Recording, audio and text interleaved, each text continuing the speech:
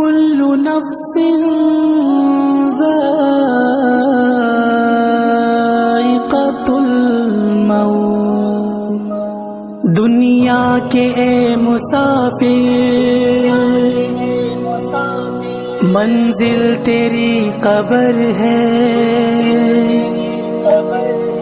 طے کر رہا ہے جو تو دو دن کا یہ سفر ہے دو دن کا یہ سفر ہے اعوذ باللہ من الشیطان الرجیم بسم اللہ الرحمن الرحیم اقترب للناس حسابهم وهم في غفلة معرضون صدق اللہ مولانا العظیم وصدق رسولہ النبی الامین المتین الکریم ونحن على ذلك لمن الشاہدین والشاکرین والحمد للہ رب العالمین وقال اللہ تعالی فی شأن حبیبہ جلالا واکراما ان اللہ وملائکتہ یصلون علی النبی یا ایہا الذین آمنوا صلوا علیہ وسلموا تسلیما اللہم صلی علی سیدنا و شفیعنا و حبیبنا و نبینا و مولانا محمد و بارک وسلم۔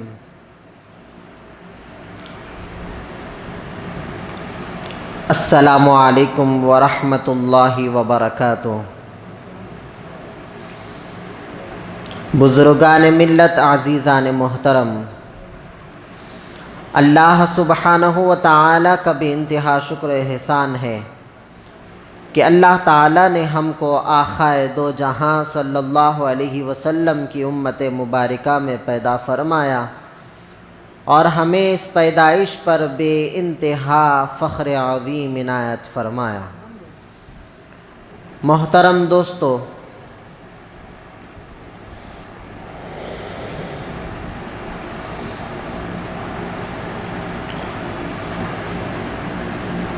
آخرت کے مراحل میں آخرت پر پہنچنے والے راستوں میں سے سب سے پہلا راستہ قبر کا راستہ ہے۔ انسان کو اللہ تبارک و تعالی نے پیار و محبت سے پیدا فرمایا، اور جب انسان گاہے گاہے بڑا ہوتا گیا، بچپن سے جوانی تک آیا، پھر جوانی کے بعد بڑھاپے تک پہنچا، جب بڑھاپا بھی ختم ہو گیا تو انسان پر موت آ گئی۔ انسان پیدا ہوا، پھر موت پر اس کا اختتام ہو گیا۔ آقائے دو جہاں صلی اللہ علیہ وسلم ارشاد فرماتے ہیں، جب انسان کا وقت آخر آتا ہے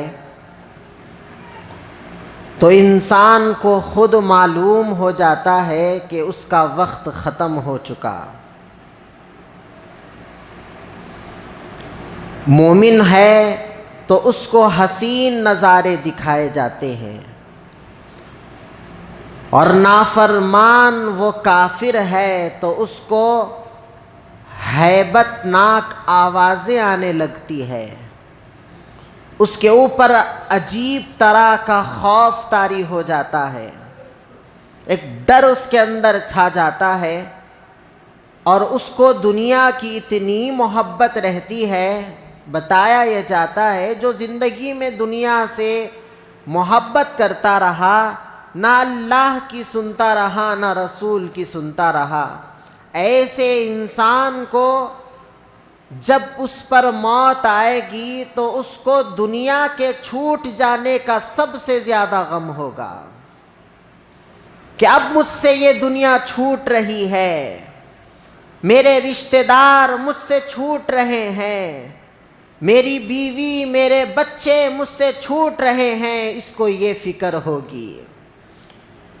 یہ فکر میں یہ نافرمان کی موت کا میں سنا رہا ہوں کہ یہ فکر میں اس کے سامنے ملک الموت حاضر ہو جائیں گے،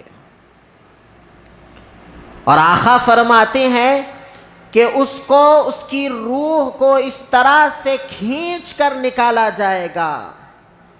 یہ موت کا منظر آقا بتا رہے ہیں کہ اس کی روح یہ سارے چیزوں کو غور و فکر کرتے ہوئے اس کے جسم سے نہیں نکلتی کہ مجھے یہ دنیا نہیں چھوڑنا ہے۔ روح ضد کرنے لگتی ہے کہ یہ جسم کو مجھے نہیں چھوڑنا ہے، یہ دنیا کو مجھے نہیں چھوڑنا ہے۔ زبردستی اس کی روح کو کھینچ کر نکالا جائے گا، اور اس کا اشارہ دیتے ہوئے، اس کی نشانی بتاتے ہوئے آقا فرماتے ہیں ریشم کے کپڑے پر اگر کانٹی سے کھینچا جائے تو اس کا حال کیا ہوتا ہے، اس طرح سے اس جسم میں سے روح کو کھینچا جاتا ہے۔ اور ملک الموت وہ روح نہ آنے پر اس سے مخاطب ہوتے ہوئے ان الفاظ سے مخاطب ہوتے ہیں، حدیث میں فرمایا گیا کہ اے خبیث روح نکل جسم میں سے، ورنہ میں زبردستی تجھے نکالوں گا۔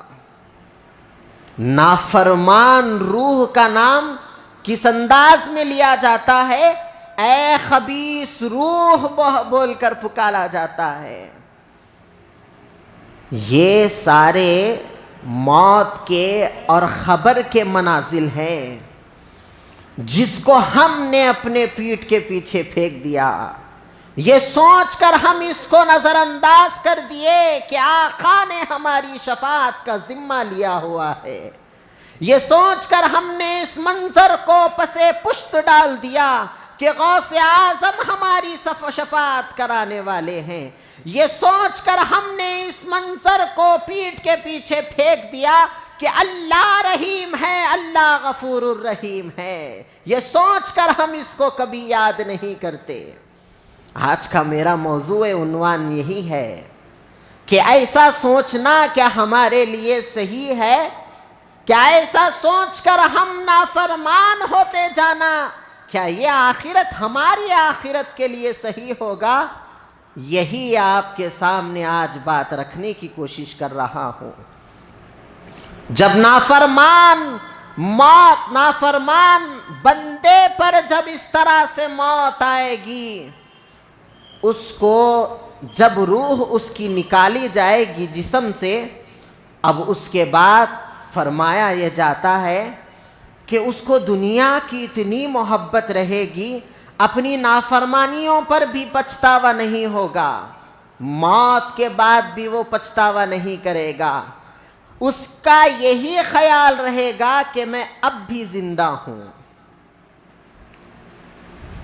جب وہ روح جسم سے نکلے گی تب بھی وہ یہی سوچے گا کہ میں زندہ ہوں، حالانکہ رشتہ دار رو رہے ہیں، بیوی ماتم کر رہی ہے، بچے یتیمی کا غم منا رہے ہیں، تب بھی وہ اپنے بچوں کے پاس جاتا ہے، بیوی کے پاس جاتا ہے، ماں باپ کے پاس جاتا ہے، سب کو دلاسے دیتا ہے کہ تم کس کے جانے پر رو رہے ہو، میں تو ابھی زندہ ہوں۔ حالانکہ اس کی لاش سامنے رکھی ہوئی ہے مگر اس کو نظر نہیں آتی، سب رشتہ داروں کو کہہ رہا ہے۔ آقا دو جہاں صلی اللہ علیہ وسلم ارشاد فرماتے ہیں، یہ سارے رونے والے جب روتے ہیں، چیخ و پکار کرتے ہیں، یہ ساروں کو منانے کی کوشش بھی کرتا ہے، مگر اس کو یہ یقین نہیں ہوتا کہ اسی کے مرنے کا ماتم یہ لوگ منا رہے ہیں۔ پھر اس کے بعد جب اس کی نماز جنازہ بھی پڑھی جاتی ہے، نماز جنازہ بھی ہو گئی، اب اس کو 4 کاندھوں پر ڈولے پر لے جایا جا رہا ہے، تب بھی اس کو خبر نہیں کہ وہ مر چکا ہے۔ اس کے بعد آقا نے فرمایا جب اس کو خبر میں رکھا جاتا ہے، خبر میں رکھنے کے بعد اس کے چہرے سے جب کفن کو ہٹایا جاتا ہے، اب اس کو یقین آتا ہے کہ وہ مر چکا ہے۔ ہم اکثر دیکھتے ہیں خبر میں جانے کے بعد سراہنے کا کفن ہٹا دیا جاتا ہے، کھول دیا جاتا ہے۔ خبر میں میت کو لٹانے کے بعد اس کے چہرے کا پھر سے دیدار کرایا جاتا ہے۔ اس کا مطلب کیا ہے؟ وہ دیدار انسانوں کو نہیں، خود موت آنے والے کو اس کا دیدار کرایا جا رہا ہے۔ جو خبر میں کفن کو کھولا جاتا ہے، اس کا مطلب یہی ہے کہ اسی کو اس کا دیدار کرایا جا رہا ہے کہ وہ مر گیا ہے۔ پھر نافرمان کا یہ تذکرہ چل رہا ہے۔ اب وہ نافرمان پر مٹی ڈالی گئی، کیا کہہ کر مٹی ڈالی گئی؟ منہا خلقناکم۔ اللہ تبارک و تعالی نے تیری پیدائش اسی مٹی سے کی۔ وَمِنْهَا نُخْرِجُكُمْ، اسی مٹی سے پیدا ہوا، پھر تجھے اسی مٹی میں ہم نے ملا دیا۔ تارتن اخرى، پھر اسی سے ہم تجھے قیامت کے دن اٹھائیں گے۔ یہ کہہ کر مٹی ڈال دی گئی۔ اب اس کے قبر کا منظر دیکھیے کیا ہوگا۔ جو دنیا میں کہتا رہا کہ ہمیں دنیا کی زندگی جو دی گئی ہے وہ عیش کمانے کے لیے، دنیا کی زندگی جو ہمیں دی گئی ہے وہ اپنی من مانی من چاہی زندگی گزارنے کے لیے زندگی دی گئی ہے، اس کا عالم یہ ہے جب اس پر مٹی ڈال دی گئی۔ پھر آقا فرماتے ہیں کہ وہ مٹی ڈالنے کے بعد وہ جو لوگ اس کو مٹی میں ملا کر گئے، وہ جو لوگ اس کو خبر میں دفنا کر گئے، ان کے جانے کی آہٹ وہ سنتا ہے۔ سن کے اپنے اندر افسوس کرتا ہے، پکارتا ہے کہ مجھے یہاں پر چھوڑ کر مت جاؤ، میں اس اندھیری کوٹھڑی میں کیسا رہوں گا، میں یہ اندھیرے مقام پر کیسا رہوں گا۔ اپنے بچوں کو پکارتا ہے، اپنے ماں باپ کو پکارتا ہے، اپنے رشتہ دار کو پکارتا ہے۔ ہائے، اس کی پکار کو اب سننے والا کوئی نہیں، اس کی پکار کو سننے والا اب کوئی باقی نہیں رہا۔ اس سے کہا بھی گیا تھا کہ زندگی میں اللہ کو پکار لے، اس سے کہا بھی گیا تھا کہ زندگی میں رسول اللہ کو یاد کر لے، اس نے کسی کو یاد نہیں کیا۔ آج یہ نوبت آ گئی کہ سب کو پکار رہا ہے، کوئی نہیں سن رہا۔ اب خبر میں کس کے بارے میں پوچھا جائے گا؟ منکر نکر کے خوفناک منظر آقا دو جہاں ارشاد فرما رہے ہیں کہ جب وہ لوگوں کے جانے کی آہٹ کو سنے گا، خبر اس کو دبانے لگے گی، خبر کے دو دیواریں اس کو دبانے لگے گی، وہ ایسے اس کو دبائے گی کہ اس کی دو پھسلیاں آپس میں مل جائے گی۔ وہ دبانے کے بعد منکر نکیر اس سے سوال کرنے کے لیے آئیں گے۔ وہ سوال کرنے کا بھی منظر یہ ہوگا۔ منکر نکیر کے صورتیں بھی بتائی گئی حدیث میں کہ ان کے دانت بیل کے سینگ کے جیسے ان کے دانت ہوں گے، اور ان کی آنکھیں نیلی ہوں گی، اور ان کا چہرہ اتنا کالا ہوگا کہ مردہ ان کو دیکھ کر ڈر جائے گا، اور ایسی ہیبت ناک آواز میں وہ سوال کریں گے کہ اس پر رقت طاری ہو جائے گی، خوف طاری ہو جائے گا، یہ کچھ نہیں کہہ سکے گا۔ ان کی صورت کو بتانا ہی سب سے پہلا اس کا عذاب ہے. بات کے عذاب بعد میں، ان کی صورتوں کو دیکھنا ہی سب سے بڑا عذاب بتایا گیا. اب بتاؤ کون ہے جو کہتے ہیں کہ ہم خبر میں سوالات کے جوابات دیں گے؟ کیا ہم ایسے خوفناک لوگوں کے سامنے، ایسے خوفناک فرشتوں کے سوالوں کا جواب بھی کیا ہم دے سکیں گے؟ کیا ہمارے ایمان میں ایسی قوت آ گئی جو ہم ایسے خوفناک فرشتوں کے سوال کا جواب دے سکے؟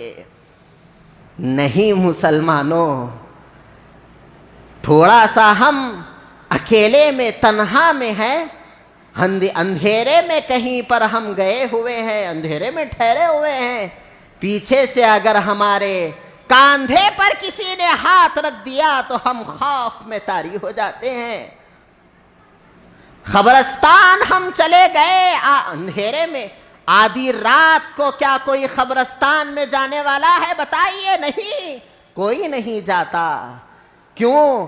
ہمیں ڈر ہے، خوف کے مناظر سے، خوف کے منظر سے ہمیں ڈر ہے. ہم اسی لیے ایسی جگہوں پر نہیں جاتے.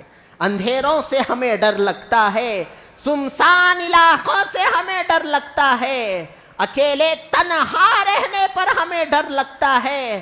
تو کیا کریں گے ہم جب خبر میں ہمیں ہمارا حال اور ہماری حالت اس طرح ہو جائے گی، جب ہماری موت کو بھی موت آ جائے گی؟ یہ زندگی ہے، یہ زندگی تو موت ہے. کتنا بھی پریشان ہو، کتنا بھی قرضوں میں مبتلا ہو، کتنا بھی بیمار ہو، کچھ بھی ہو، کیا بھی ہو، ایک نہ ایک دن موت ہے. یہ سوچ کر انسان سکون سے جی سکتا ہے. مگر جب قبر میں جائیں گے وہاں پر تو ہماری موت کو بھی موت آ جائے گی. اب موت نہیں ہے، اب افسوس کے علاوہ، اب پچھتاوے کے علاوہ ہمارے پاس کچھ نہیں رہا. منکر نکر سوال کر رہے ہیں، اے خبیث روح بتا من رب کا. اتنے حالات اس کے اوپر سے گزرے، وہ کہے گا لا ادری، مجھے نہیں معلوم، نہیں معلوم. اب اس کے بعد اس کو ایسے گرز سے بتایا جاتا ہے حدیث میں، ایسے ہتھوڑے سے اس کو مارا جائے گا کہ وہ 7 زمین نیچے جا کر پھر واپس آئے گا. آنے کے بعد پھر سے اس سے سوال کیا جائے گا ما دینو کا. ابھی وہ مار کا درد ختم بھی نہیں ہوا، پھر دوسرا سوال آ گیا ما دینو کا. من رب کا میں ہی معلوم ہو گیا فرشتے کو کہ یہ آگے کے جوابات نہیں دے سکتا. پھر آ گیا سوال ما دینو کا، پھر یہ کہہ دیا لا ادری، مجھے نہیں معلوم. پھر اس کو لوہے کے ہتھوڑے سے مارا جائے گا، پھر کہا جائے گا کہ ما کنت تقول فی حق هذا الرجل محمد صلی اللہ علیہ وسلم. آخائے دو جہاں کو بتایا جائے گا، بتاؤ ان شخصیت کے بارے میں تم کیا کہا کرتے تھے. یہاں پر ایک عقیدہ میں آپ کے سامنے بتانے کی کوشش کرتا ہوں. یہ عقیدہ ہے، یہ جو میں ابھی عبارت پڑھا ہوں یہ بخاری شریف کی عبارت ہے کہ یہ بتایا جائے گا کہ ان کے بارے میں کیا جانتا ہے، یہ نہیں کہا جائے گا. ان کو کیا تو جانتا ہے، ان کو کیا تو پہچانتا ہے، یہ بھی نہیں کہا جائے گا. کیا کہا جائے گا کہ ان کے بارے میں تو کیا کہا کرتا تھا. یہ کون ہے بول کے بھی نہیں پوچھتے، ان کے بارے میں تیرا عقیدہ کیا تھا. آج ہم جو دوسرے فرقوں میں بٹ گئے ہیں، اہل سنت کو جو لوگ چھوڑ دیے ہیں، اہل سنت والجماعت ایک ایسی جماعت ہے جو اپنے عقیدوں پر قبروں میں مردے بھی سلامت رہتے ہیں، ایسی جماعت ہے۔ اہل سنت والجماعت کے بارے میں یہ کہا گیا کہ یہ جماعت صحابہ اکرام کی جماعت ہے۔ ہمارے پاس جو عقیدہ ہے وہ صحابہ کا عقیدہ ہے، ہمارے پاس جو عقیدہ ہے وہ تابعین کا، تبع تابعین کا، اولیاء اللہ کا عقیدہ ہے۔ دوسرے فرقے والوں کا عقیدہ ہمارے پاس نہیں، وہ اپنے سے بنا لیے۔ ہمارا عقیدہ یہ ہے کہ آج بھی حضور زندہ ہے، وہ ہمیں دیکھ رہے ہیں۔ ہمارا عقیدہ یہ ہے کہ حضور نور ہے، صرف بشری لباس میں دنیا میں جلوگر ہوئے۔ ہمارا عقیدہ یہ ہے کہ حضور شافع محشر ہے، محشر میں گنہگاروں کی شفاعت کرانے والے ہیں۔ یہ سارے عقیدے ہمارے ہیں، اور ہم خبر میں یہی کہیں گے کہ ہم ان کے بارے میں یہی کہا کرتے تھے۔ اب جو لوگ کہتے ہیں کہ اللہ والے اور خود آقائے دو جہان اعوذ باللہ اپنی خبر میں زندہ نہیں، وہ لوگ یہ عقیدے کو وہاں پر ظاہر کریں گے۔ کیا ہوگا دوستو؟ آقائے دو جہاں نے ایک حدیث فرمائی ہے کہ تم خود اپنے خبر کی خبر رکھو۔ اس کو خود اپنے خبر کی خبر نہیں، دوسروں کی خبر میں جھانکتے ہوئے پھرتے ہیں کہ کون خبر میں زندہ ہے، کون خبر میں مر گیا۔ یہاں پر خبر کے ہیبت ناک منظر بتائے جا رہے ہیں، آقائے دو جہاں کی صورت مبارکہ بتائی جا رہی ہے کہ بتا ان کے بارے میں کیا کہا کرتا تھا۔ وہ کہہ دے گا لا ادری۔ اب اس کے بعد سے سرکار نے فرمایا اس کے بعد سے اس پر عذاب شروع ہوگا۔ اب یہاں پر عذاب کی شروعات ہے۔ وہ جیسے ہی ہتھوڑے سے مارتا رہے گا، اس کی چیخو پکار کو سب سنیں گے سوائے انسان کے اور جنات کے۔ پورے قبرستان میں ایک ہیبت کا منظر طاری ہوگا، سب اس کی آوازیں، اس کے چیخنے کی آوازیں سنیں گے، مگر کسی کو اس کی آواز نہیں آئے گی۔ وہ عذاب چلتے چلتے، وہ رکتا تو نہیں، وہ عذاب چلتے رہے گا۔ ایک حدیث میں آقائے دو جہاں نے فرمایا وہ عذاب روکا کب جائے گا؟ 5 وقت کی اذان میں وہ عذاب کو روکا جائے گا۔ جب وہ عذاب روکا جائے گا، یہ حیرت میں آئے گا کہ اتنی دیر سے مار رہے ہو، اتنی دیر سے عذاب دے رہے ہو، اب تم کیوں رک گئے؟ وہ فرشتہ کہے گا کیا تجھے معلوم ہے اذان بھی کوئی چیز ہوتی ہے؟ تجھے تو کچھ معلوم نہیں تھا، مگر اذان کے بارے میں بھی کیا تجھے معلوم ہے کہ اللہ کی بارگاہ کی طرف آنے کی دعوت دی جاتی ہے، اللہ کی عبادت کی طرف دعوت دی جاتی ہے۔ اس دعوت پر، اس آواز پر ہم اپنے عذاب کو روک دیتے ہیں، اس آواز کو سنتے ہیں۔ وہ آواز کو ہم غور سے سنتے ہیں، جس آواز کو تو نے غور سے نہیں سنا۔ اذان شروع ہونے سے ختم ہونے تک عذاب قبر کا روک دیا گیا۔ یہاں تک حدیث میں بات آتی ہے کہ اس کو یہ اپنے اندر افسوس ہوگا، یہ پکارتے ہوئے کہے گا کاش یہ اذان زندگی بھر رہتی، کاش یہ اذان ہمیشہ ایسے ہی چلتے رہتی، میرا عذاب رک جاتا، کیا ہی اچھا ہوتا۔ دل کے کانوں سے سننے کی بات ہے دوستو۔ اللہ تبارک و تعالیٰ نے، میں نے جو قرآن کی آیت تلاوت فرمائی، اللہ تعالیٰ نے قرآن مجید میں ارشاد فرمایا اقترب للناس حسابهم،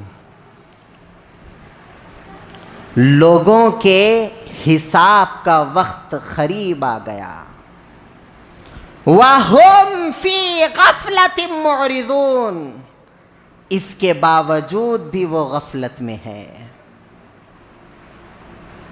لوگوں کے حساب کا وقت آ گیا، وہ کب آنے والا ہے نہیں معلوم۔ حساب و کتاب خبر میں جانے کا وقت آ گیا، ابھی بھی لوگ غفلت میں ہیں۔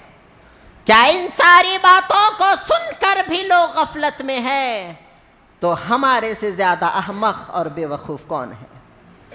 اب دیکھیے آپ، یہ نافرمان کا میں نے سنایا کہ نافرمان کے ساتھ اب قیامت تک اس کے ساتھ یہی معاملات رہیں گے، مارا کھاتے رہیں گا، جوتے کھاتے رہیں گا، اب اس کو کوئی روکنے والا نہیں ہے، نہ اس کی کوئی چیخو پکار سننے والا ہے۔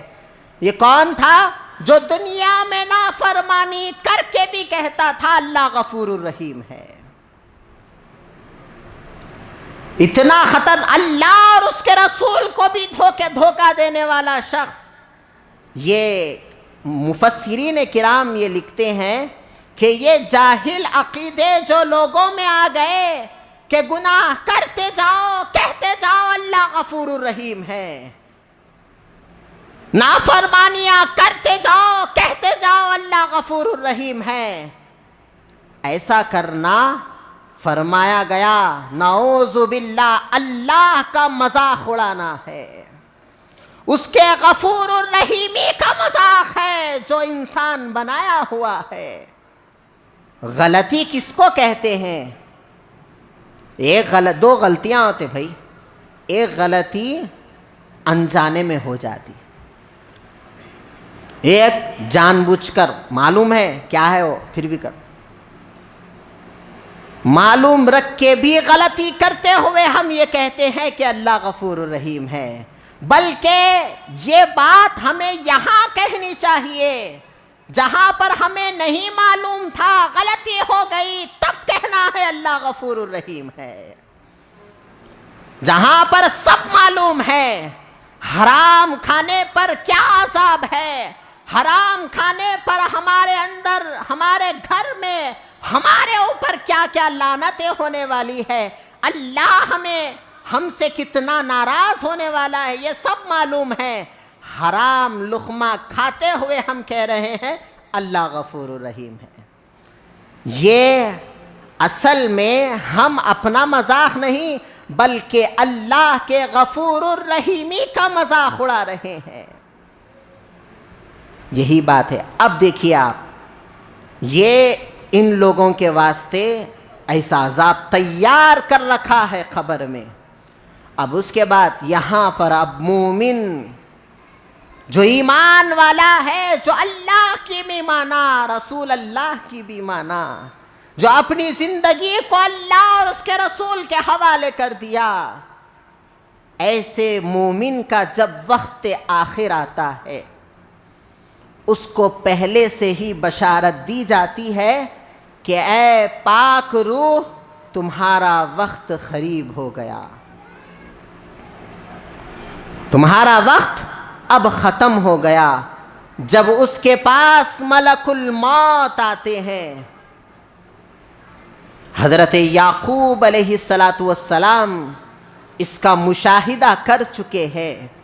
یعقوب علیہ السلام نے کہا، ملک الموت سے ان کے دوستانہ تعلقات تھے، تو یعقوب علیہ السلام نے کہا کہ بتاؤ تم مردے کے پاس انسان کے آخری وقت میں اس کی روح نکالنے کے لیے کس صورت میں جاتے ہو؟ یعقوب علیہ السلام کو ملک الموت عزرائیل علیہ السلام نے کہا کہ یا نبی اللہ اپنے چہرے کو ذرا پھیر لیجئے، میں اس صورت میں تشریف لاؤں گا۔ نیک روح کے پاس، نیک بندے کے پاس جب میں جاتا ہوں تو کس صورت میں جاتا ہوں بتاؤں گا۔ آپ نے کہا جیسا ہی یعقوب علیہ السلام اپنے چہرے کو پھیرے، اسرائیل علیہ السلام پھر کہنے لگے نبی اللہ میری طرف دیکھیے۔ جب دیکھے تو خوش ہو گئے، ان کی خوشی کا عالم الگ ہی تھا۔ کہنے لگے اے ملک الموت، اگر تمہاری یہ خوبصورتی لوگوں کو معلوم ہو جائے، تمہارا اس طرح کا حسن و جمال اگر لوگوں کو معلوم ہو جائے گا تو ہر کوئی اس صورت کو دیکھنے کے لیے موت کی تمنا کرے گا۔ انتہائی خوبصورت، حسین و جمیل صورت میں، اتنے خوبصورت انداز میں تم آتے ہو تو لوگ مرنے کی تمنا کریں گے۔ یعقوب علیہ السلام نے کہا ٹھیک ہے، میں نے اس صورت کا مشاہدہ تو کر لیا، اب بتاؤ تم نافرمان کے پاس کس صورت میں آتے ہو؟ تو آپ نے کہا رہنے دیجئے نبی اللہ، آپ نہیں دیکھ سکتے، رہنے دیجئے، آپ نہیں دیکھ سکتے وہ خوف کے منظر کو۔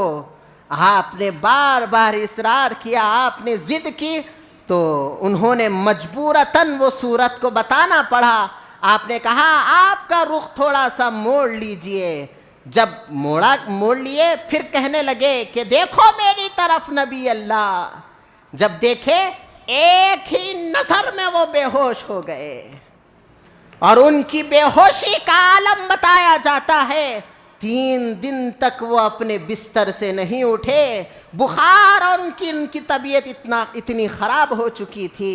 جب 3 دن کے بعد ملک الموت ان کے سامنے آئے تو کہنے لگے اے ملک الموت، کیا اس سے بڑا بھی کوئی عذاب ہو سکتا ہے؟ مجھے تو آخرت کا سب سے بڑا عذاب یہ معلوم ہوا ہے۔ ملک الموت نے کہا کہ اے یعقوب نبی اللہ، یہ تو ابھی شروعات ہے، آگے اس سے کئی گنا زیادہ اس کے ساتھ عذاب کے معاملات پیش ہونے والے ہیں۔ یہ ہے جب مومن کے پاس ملک الموت آئے، حسین و جمیل خوبصورت لباس پہنے ہوئے، آ کر کہنے لگے اے پاک روح، میں تجھے لینے کے لیے آیا ہوں۔ یہاں تک حدیث پاک میں فرمایا جاتا ہے کہ وہ ملک الموت ایمان والے کے پاس، مومن کے پاس جب آتے ہیں تو کہتے ہیں السلام علیکم۔ کیا مرتبہ ہے، کیا رتبہ ہے، دیکھیے ایمان والے کا۔ ملک الموت اس کی روح لینے کے لیے آ رہے ہیں، کیا کہہ رہے ہیں؟ السلام علیکم۔ یہ عزت بھی ہونی چاہیے۔ اللہ کے پاس اس کی عزت ہے، رسول اللہ کے پاس اس کی عزت ہے، تو کیا اللہ کے فرشتوں کے پاس اس کی عزت نہیں ہوگی؟ جب سلام کرتے ہوئے آئیں گے تو یہ مومن بندہ بھی سلام کا جواب دے گا۔ جب جواب دینے لگا تو کہے گا کیا مسئلہ ہے بتائیے، یہ اب دنیا کا معاملہ نہیں رہا، اب یہ آخرت کا معاملہ ہو گیا۔ جیسے ہی ملک الموت آ گئے، وہ بندہ کہتا ہے کیا معاملہ ہے بتائیے؟ کہتے ہیں ملک الموت کہ اب تمہارا وقت ختم ہو چکا ہے، میں تمہاری روح لینے کے لیے آیا ہوں۔ تو وہ مومن بندہ کہنے لگے گا کہ تم ملک الموت ہو، میں کیسے مانوں؟ تم اپنی نشانی میرے سامنے پیش کرو۔ اب یہ منظر کو ملک الموت اللہ کی بارگاہ میں سناتے ہیں کہ اے اللہ، میں مومن بندے کی روح نکالنے کے لیے گیا تو مومن بندہ مجھ سے نشانی مانگتا ہے۔ اللہ تبارک و تعالی ارشاد فرماتا ہے اے ملک الموت، تم جنت میں جاؤ، وہاں سے ایک سرخ گلاب، لال گلاب لے لو اور اس گلاب پر لکھو لا الہ الا اللہ محمد الرسول اللہ۔ وہ گلاب لے کر میرے بندے کے پاس جاؤ۔ جب ملک الموت اس سرخ گلاب کو لے کر اس کے پاس آتے ہیں، وہ کہتا ہے ہاں میری نشانی تمہارے پاس ہے، وہ سرخ گلاب کے اوپر لکھا دیکھ کر پڑھتا ہے لا الہ الا اللہ محمد الرسول اللہ۔ جیسے ہی وہ گلاب کو دیکھا، لا الہ الا اللہ محمد الرسول اللہ پڑھ لیا۔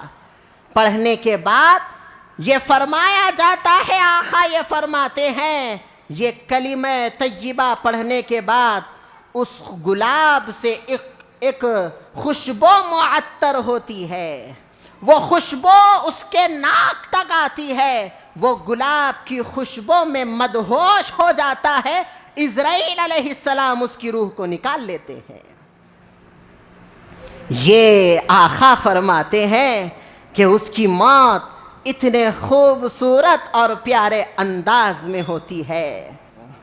اب یہ نیک روح کو کیا کیا جاتا ہے، آگے حدیث میں بیان کیا جاتا ہے، جیسے ہی ملک الموت اس روح کو نکال لیے، اس روح کو لے کر آسمانوں میں چلے جاتے ہیں۔ آسمانوں میں جاتے ہیں۔ پہلے آسمان پر جب ملک الموت اس روح کو لے کر پہنچتے ہیں تو وہاں پر داروغائے آسمان سوال کرتے ہیں کہ کس کو لے کر آئے، تو وہ ملک الموت کہتے ہیں کہ میں ہم اللہ کے نیک بندے کی روح کو لایا ہوں۔ تو کہتے ہیں وہ آسمان کے فرشتے اس کو خوش آمدید کہتے ہیں، اے نیک روح، اے پاک روح، تیرا خوش آمدید۔ ایسے ہی اس کو 7 آسمانوں پر لے جایا جاتا ہے، اور وہاں سے ملک الموت اس کو دوزخ کا معائنہ کراتے ہیں کہ دیکھو یہ جو دنیا میں تمہیں بتایا گیا تھا کہ دوزخ ہے، یہ دوزخ ہے۔ اور پھر اس کے بعد اس کو جنت بتائی جاتی ہے، کہا جاتا ہے کہ یہ تیری جنت ہے۔ وہ باہر سے جنت کو دیکھتا ہے اور اپنے جنت کے اندر اپنے گھر کو بھی دیکھ لیتا ہے، اپنے محلات کو بھی دیکھ لیتا ہے۔ پھر اللہ تبارک و تعالی حکم فرماتا ہے کہ اے ملک الموت، جاؤ، اس کے سوال و جواب کا وقت ہو گیا، اب اس کی روح کو اس کے جسم میں واپس لوٹا دو۔ جب تک اس کے سارے اہل خانہ روتے پلاتے، پورے معاملات ختم ہوتے، وہ روح یا نہیں، پورا دیدار کر کے پھر خبر میں آتی ہے۔ یہ شان ہے ایمان والے کی موت کی۔ جب ایمان والا مرتا ہے، آقا نے فرمایا اس کے لیے زمین و آسمان روتے ہیں، اس کے لیے آسمان کی اور زمین کی تمام مخلوقات روتی ہے کہ ایمان والے کا جنازہ جا رہا ہے۔ جب اس کو خبر میں ڈالنے کے بعد اب اس کو خبر دبائے گی، آقا نے فرمایا مومن ہو یا پھر بد ہو یا پھر گنہگار ہو، ہر ایک کو خبر ضرور دبائے گی۔ فاروق اعظم رضی اللہ عنہ کے سامنے آقا دو جہاں نے کہا کہ مومن کو بھی خبر دبائے گی، تو فاروق اعظم رضی اللہ عنہ نے کہا یا رسول اللہ، جبکہ میں آپ کا کلمہ پڑھ رہا ہوں، میرے دل میں محمد الرسول اللہ ہو اور خبر مجھے بھی دباتی ہو تو میں خبر کو چیر دوں گا۔ یہ ایمان والے کی شان ہوگی کہ خبر اس کو نہیں دبائے گی، بلکہ اس کے اندر ایمان کس طرح سے قوت ہوگی، وہ دبانے والی خبر کو وہ اپنے بازوؤں سے چیر دے گا اور اس کی خبر کو تا حد نظر وسیع و منور کی جائے گی۔ جب منکر نکیر اس سے سوال کریں گے بتا من ربکا، وہ کہے گا ربی اللہ۔ آسان سوال ہے اس کے لیے، وہ اللہ کو بھی جانتا ہے، اللہ کی معرفت کو بھی جانتا ہے، وہ لا الہ الا اللہ بھی جانتا ہے، محمد الرسول اللہ بھی جانتا ہے۔ پھر کہا جائے گا ما دینو کا، تیرا طریقہ کیا تھا، تیرا دین کیا تھا بتا۔ وہ کہے گا میرا دین اسلام ہے۔ پھر کہا جائے گا بتاؤ اب یہاں پر بہت سارے محدثین مفسرین جمع ہو کر ایک متفقہ طور پر حدیث کو بیان کرتے ہیں کہ اس کی قبر میں آقا دو جہاں تشریف لائیں گے اور کہیں گے، مسکراتے ہوئے اس کے سامنے ٹہر جائیں گے. اس کے بارے میں فرشتے کہنے لگیں گے، بتاؤ ان شخصیت کے بارے میں تو کیا کہا کرتا تھا؟ وہ سارے عقیدے جو دنیا میں لے کر جیتا تھا، وہ سارے عقیدے آقا کے سامنے بیان کرے گا. اب اس کے بعد یہ 3 سوالوں کے بعد بھی اس کے سامنے ایک اور سوال ہوگا. کیا سوال ہوگا؟ ما یدری کا، من ربو کا، ما دینو کا، من نبیو کا، یہ 3 ہم سنے.